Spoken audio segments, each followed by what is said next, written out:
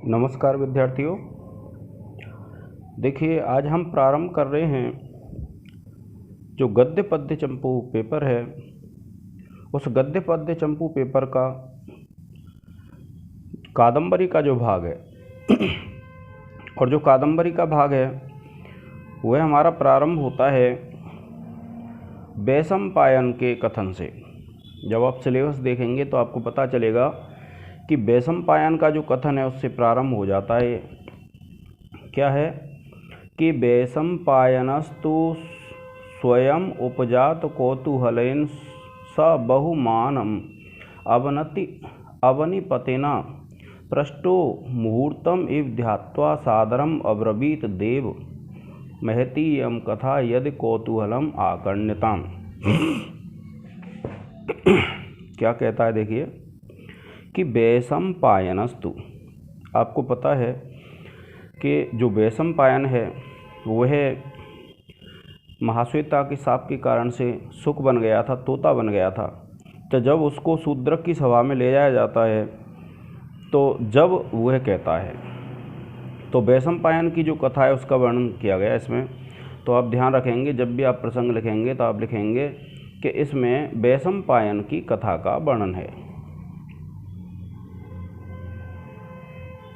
अब देखिए क्या कहता है कि वैशंपायनस्तु स्वयं उपजात कौतूहलेन, कि वैशंपायनस्तु यानी जो वैशंपायन है वो है स्वयं उपजात कौतूहलेन, यानी जिसमें स्वयं कौतूहल उत्पन्न हो गया था, अर्थात जिसके अंदर स्वयं कौतूहल था, ऐसे यानी कौतूहल जिसमें उत्पन्न हो चुका था ऐसे।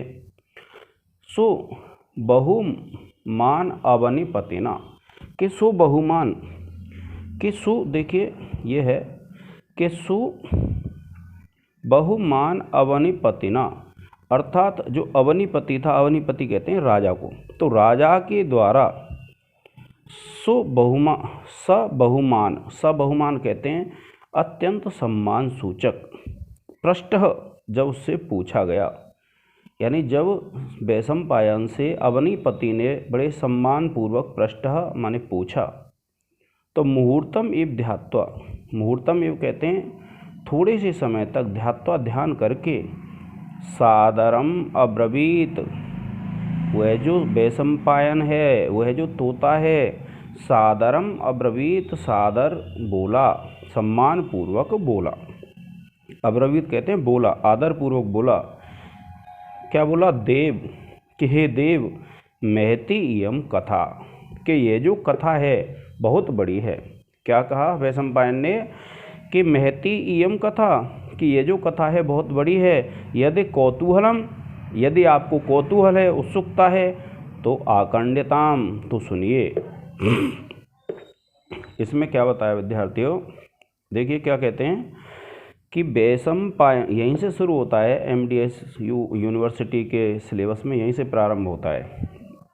तो क्या कहता है, वैशंपायनस्तु स्वयं उपजात कौतूहलेन, यानी जो वैशंपायन था वह उत्पन्न कौतूहल के कारण से, और स बहुमान अवनिपतिना पृष्ठ, और सम्मान पूर्वक, अवनिपति कहते हैं जो पृथ्वी का स्वामी था, अर्थात जो राजा था, उसके द्वारा पूछा गया। मुहूर्तम ध्यात्वा, उसने थोड़ी सी देर ध्यान किया, और फिर उसके बाद सादरम अब्रवीत, और सम्मान पूर्वक बोला। वह जो वैशंपायन है वह सम्मान पूर्वक बोला। क्या बोला? कि देव, कि महाराज, महती यम कथा, कि महती इयम कथा, कि यह जो कहानी है वह बहुत बड़ी है, और यदि कौतूहलम, यदि आपको कौतूहल है, क्या कहता है, यदि कौतूहलम, यदि आपको कौतूहल है, आकर्ण्यताम, सुनिए। क्या कहता है कि अगर आपके मन में कौतूहल है इस कहानी को सुनने के लिए तो आप सुनिए। देखिए क्या कहता है फिर कि अस्ति, अस्ति माने है। क्या कहा वैशंपायन ने कि अस्ति, अस्ति माने है। विंध्याटवी का वर्णन है विद्यार्थियों, क्योंकि ये जो सुख है वो विंध्याटवी में था। तो क्या कहता है कि अस्ति पूर्वा पर जल निधि बेला, बेला अवन लगना, के पूर्वापर यानी पूर्व और पश्चिम। क्या कहता है? अस्ति माने है, विंध्याटवी का वर्णन कर रहा है विद्यार्थियों। तो जब भी आप प्रसंग लिखेंगे तो संदर्भ में तो आप लिख देंगे कि इस गद्य में, आप संदर्भ लिखेंगे तो आप लिखेंगे प्रस्तुत गद्य बाणभट्ट विरचित कादंबरी से अवतरित है। फिर प्रसंग लिखेंगे कि इस गद्य में वैशंपायन विंध्याटवी का वर्णन करते हुए कहता है। तो देखिए क्या कहता है वैशंपायन कि अस्ति माने है, पूर्वापर, पूर्व कहते हैं पूर्व दिशा और अपर कहते हैं पश्चिम दिशा, जलनिधि कहते हैं विद्यार्थियों समुद्र को। क्या है? जलनिधि बेला, बेला कहते हैं किनारे, यानी समुद्र के किनारे तक। जलनिधि बेला यानी समुद्र के किनारे तक बन लगना, यानी समुद्र के किनारे तक जो लगी हुई थी। बन लगना यानी बनों से जो लगी हुई थी। क्या कहते हैं? अस्ति पूर्वापर जलनिधि बेला वन लगना। कि अस्ति माने है, क्या है? विंध्याटवी नाम की एक वन है, और उसने कहा पूर्व और पर यानी पूर्व से लेकर के पश्चिम तक जलनिधि यानी जो समुद्र था, बेला कहते हैं उसके किनारों तक वन लगना, जिसके वन लगे हुए थे। अर्थात जिसके वन कहाँ तक लगे हुए थे? पूर्व से लेकर के पश्चिम तक समुद्र तक जिसके वन लगे हुए थे। और मध्य देश अलंकार भूता, मध्य देश यानी मध्य देश के अलंकार जो युक्त थी, यानी ऐसे समझो जो मध्य देश का अलंकार थी। और मेखलेव भुवः, मेखला कहते हैं करधनी को, मेखलेव भुवः जो करधनी के समान थी। क्या कहा? मेखलेव भुवः यानी पृथ्वी की करधनी के जो समान थी। वन, वन कहते हैं वन को, करी कुल यानी क्या कहा? देखिए जो समुद्र के किनारों तक लगी हुई थी, और मध्य देश की जो अलंकार भूत थी।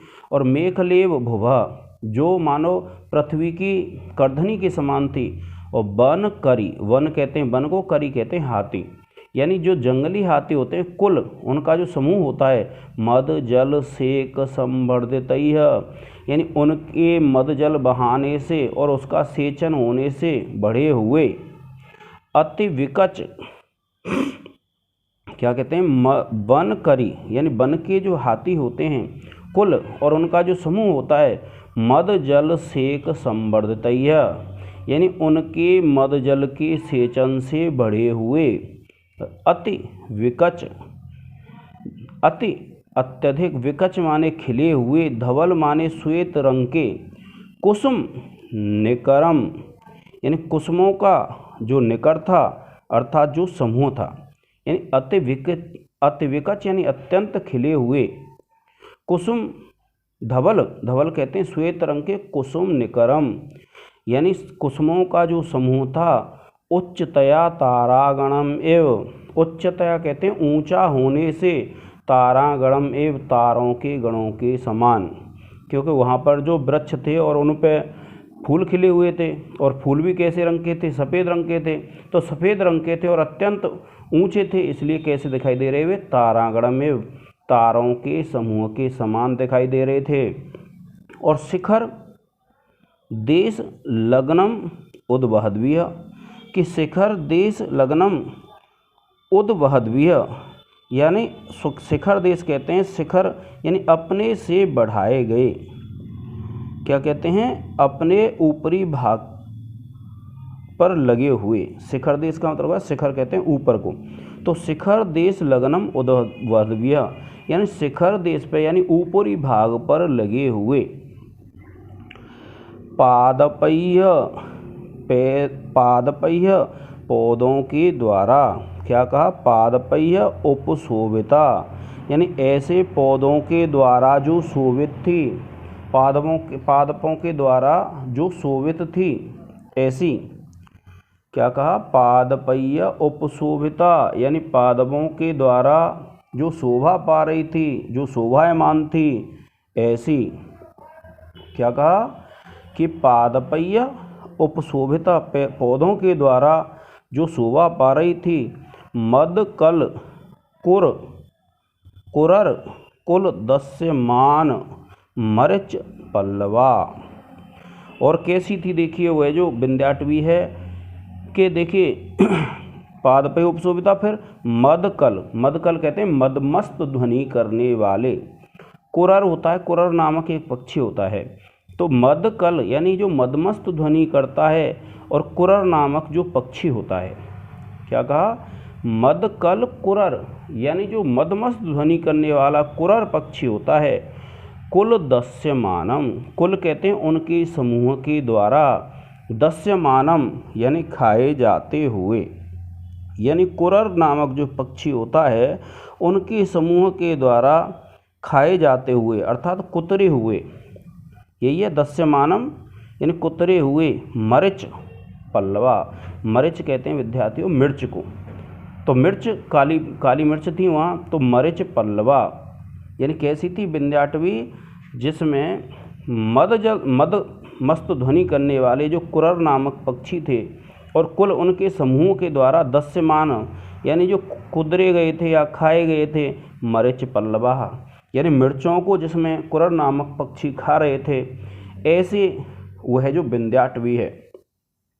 और फिर क्या कहते हैं देखिए, करी कलभ, करी कहते हैं हाथी को और कलभ कहते हैं बच्चा, यानी हाथियों के जो बच्चे होते हैं, तो करी कलभ, कर यानी हाथियों के बच्चों के कर, कर का मतलब हाथ तो होते नहीं है, लेकिन क्या है उनकी जो सूंड होती है उसको कर बोलते हैं, तो करी कलभ कर मृदित, यानी जिस वन में हाथियों के बच्चों के, करी कलभ, कलभ कहते हैं हाथी के बच्चे को, हाथियों के बच्चों के कर माने सूंड से, मृदित तमाल किसलया आमोदिनी यानी मृदित जिसमें मर्दित किए गए थे, कुचले गए थे, तमाल के, क्या, तमाल किसले यानी जिसमें तमाल के किसले मर्दित कर दिए गए थे, ऐसी आमोदनी जैसी आनंद उत्पन्न करने वाली। और मधु मद उपरक्त केरली कपोल, मधु, मधु कहते हैं शराब को, और मद यानी मद कहते हैं नशा, यानी मधु मद उपरक्त यानी मधु यानी शराब के मद से उपरक्त कुछ लाल हुए। केरली जो केरल प्रदेश की जो स्त्रियां होती हैं, कपोल उनके गालों के कोमल छबिना, कोमल छवि के द्वारा। कैसी थी वह विंध्याटवी, जिसमें मधु, मधु के कारण से, शराब के कारण से, मद, मद कहते हैं जो उसका जो नशा होता है, उपरक्त जो कुछ लाल हो गया था, केरली कपोल कोमल छबिना, केरली जो स्त्रियां होती हैं केरल की, उनके गालों की कोमल छवि के द्वारा। और संचरत वन देवता चरण, संचरत कहते हैं विचरण करते हुए, घूमते हुए, वन देवता जो वन देवता होते हैं यानी वन देवताओं के घूमने के कारण से, चरण जिसके चरणों में लक्त जो महावर लगी रहती है, कर लक्त कर संरचितनेव, जैसे मान लो उसमें वन देवता घूमते होंगे, और वन देवता घूमते होंगे तो उन वन देवताओं के पैरों में जो लगी हुई महावर होती है, उससे जो लाल हो गई थी उसके समान, रक्तेव यानी उससे लाल हुई के समान। और फिर क्या कहते हैं देखिए, पल्लव चयन संच्छादिता, कि पल्लव चयन, चय कहते हैं विद्यार्थियों समूह को, तो पल्लव चयन यानी पल्लवों के पत्तों के समूह के द्वारा जो संच्छादिता जो ढकी हुई थी, कैसी थी, इस प्रकार की थी विद्यार्थियों वह जो विंध्याटवी है। क्या वर्णन कर रहा है, कैसी है विंध्याटवी, देखिए उन्हें देख लो कि अस्ति पूर्वा पर जल निधि बेला वन लगना, कि जो पूर्व से पश्चिम तक जो समुद्र थे और समुद्र के किनारों से जिसके बल लगे हुए थे, ऐसी थी। मध्य देश अलंकार भूता, मध्य देश का जो अलंकार भूत थी, और मेखला एप भुवा जो पृथ्वी की करधनी के समान थी, और बन करी कुल मद जल सेक संवर्तित, यानी बन के जो हाथी होते हैं उनके समूहों के द्वारा जो मद जल बहा जाता है, और उस मदजल के द्वारा जिसका सेचन किया गया था और बढ़ाए गए थे, ऐसे अति विकच धवल, अत्यंत विकच कहते हैं खिले हुए, धवल कहते हैं श्वेत रंग के कुसुम निकर, कुसुमों के समूह से उच्चतया तारागणम युग, यानी वे जो समूह थे वो कैसे थे, ऊपर थे, इसलिए वो ऐसी प्रतीत हो रही थी तारों के समूह के समान। और शिखर देश लग्नम उद्वहद्वीय, यानी शिखर देश पर यानी ऊपर लगे हुए के धारण करते हुए पादपय उपशोभिता, पादपों के द्वारा जो शोभित थी, और मदकल कुरर कुल दस्यमान मरिच पल्लवा, कि मदमस्त जो ध्वनि करने वाले थे, ऐसे कुरर नामक पक्षी के कुल समूह के द्वारा जो काली मिर्च के पल्लव कुतर दिए गए थे ऐसी, और करी कलभ मृदित तमाल किसलया आमोदनी, और करी यानी जो हाथियों के बच्चों के द्वारा जहाँ तमाल के पत्ते मसल दिए गए थे, मृदत कर दिए गए, ऐसी आनंददायिनी, और मधु मद उपरक्त केरली कपोल, यानी शराब पीने के नशे से और कुछ लालिमा लिए हुए केरल की जो स्त्रियों के गाल होते हैं, तो ऐसी कोमल छवि से युक्त और संचरत वन देवता चरण लक्त कर संरचिते ने, कि चलते हुए जो वन देवता होते हैं, चलते हुए वन देवताओं के पैरों की महावर से जैसे कुछ लाल हो गए हों, उसके समान पल्लव संचयन संचादिता, कि ऐसे पल्लवों के समूह से वह जो विंध्याटवी है वह आच्छादित थी। ठीक है विद्यार्थियों, अब देखिए इसका अनुवाद देख लेते हैं थोड़ा सा। यह अनुवाद है इसका।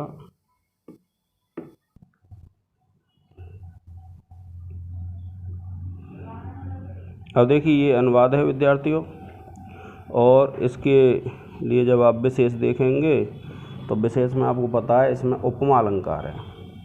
तो विद्यार्थियों आज के इसमें जब आप विशेष लिखेंगे तो उपमा अलंकार है विद्यार्थियों, और संधि समास आदि लिख देंगे। तो आज के इस लेक्चर में इतना ही। जय हिंद, जय भारत।